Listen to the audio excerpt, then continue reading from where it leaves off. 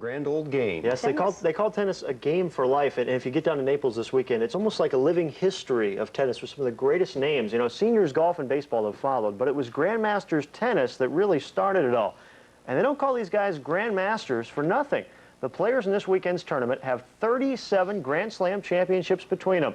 And the competition and the fun got going today down in Naples. Our Tom Tidy was there to shine the sports spotlight on the opening day of play. Their titles will stand the test of time. Wimbledon, U.S., Australian, and French. It's this rich history that Rosewall, Emerson, and the others bring to the Naples Grand Masters tournament. In its 13th year, the event helps raise money for the Collier County YMCA. And for a weekend, it gives some old pros the chance to be young again. It's been like our little Wimbledon, I think. It's been a great place for us to come to visit and meet so many different people, and it's been a good job for the community because the YMCA have done pretty well out of us being here. We've enjoyed it. While the singles play for the money begins tomorrow, today was the day for the players to have some serious fun as part of the Pro-Am. Come in, spinner.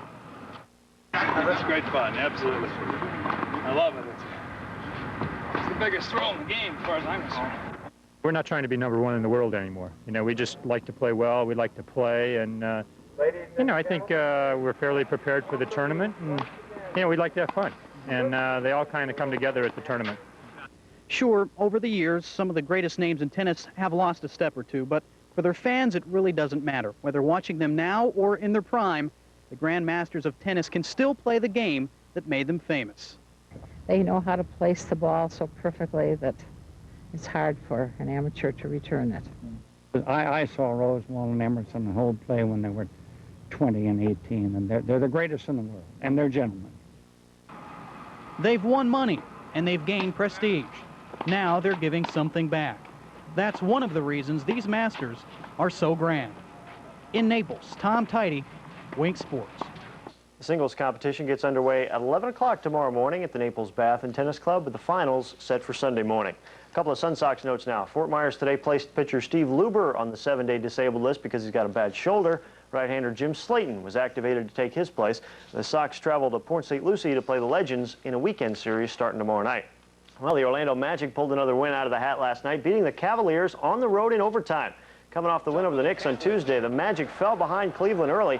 Reggie Theus had to go into the seats to save this one, but he saved it right to Ron Harper.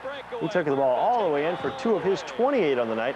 But then Orlando started to come back. Reggie Theus did most of it. Here he drives and pulls up for the little jumper, and the Magic was only down by 3 at that point, but Cleveland went on a run from there and broke out to a 25-point lead. Here's the pass of the night. Watch this one from Harper to Randolph Keys. The Cavs were cruising, but the Magic forced overtime, and Reggie Theus scored 6 of his 26 to lead the Magic to a 117-110 win. And it is the war between the states. Florida and Georgia getting ready to feud again. The annual Gators-Bulldogs game in Jacksonville is billed as the world's largest outdoor cocktail party, and they might have said the longest, too. Folks started arriving and partying today, even though the game isn't until Saturday. This is the 67th renewal of this border war, and no matter who wins or who loses, you can bet most of these folks are not going to be in any condition to tell the difference anyway. Well, I used to live near the Florida-Georgia border, and you could tell what side people were from by whether they called it the Florida-Georgia game or the Georgia-Florida game. So to see Gators and Bulldogs or Bulldogs and Gators Saturday. Is it a feud or a feed? It looked like there's a lot more feed than football up there. Thanks, Ken. Well, be prepared. That's the motto of our latest Care Force volunteer.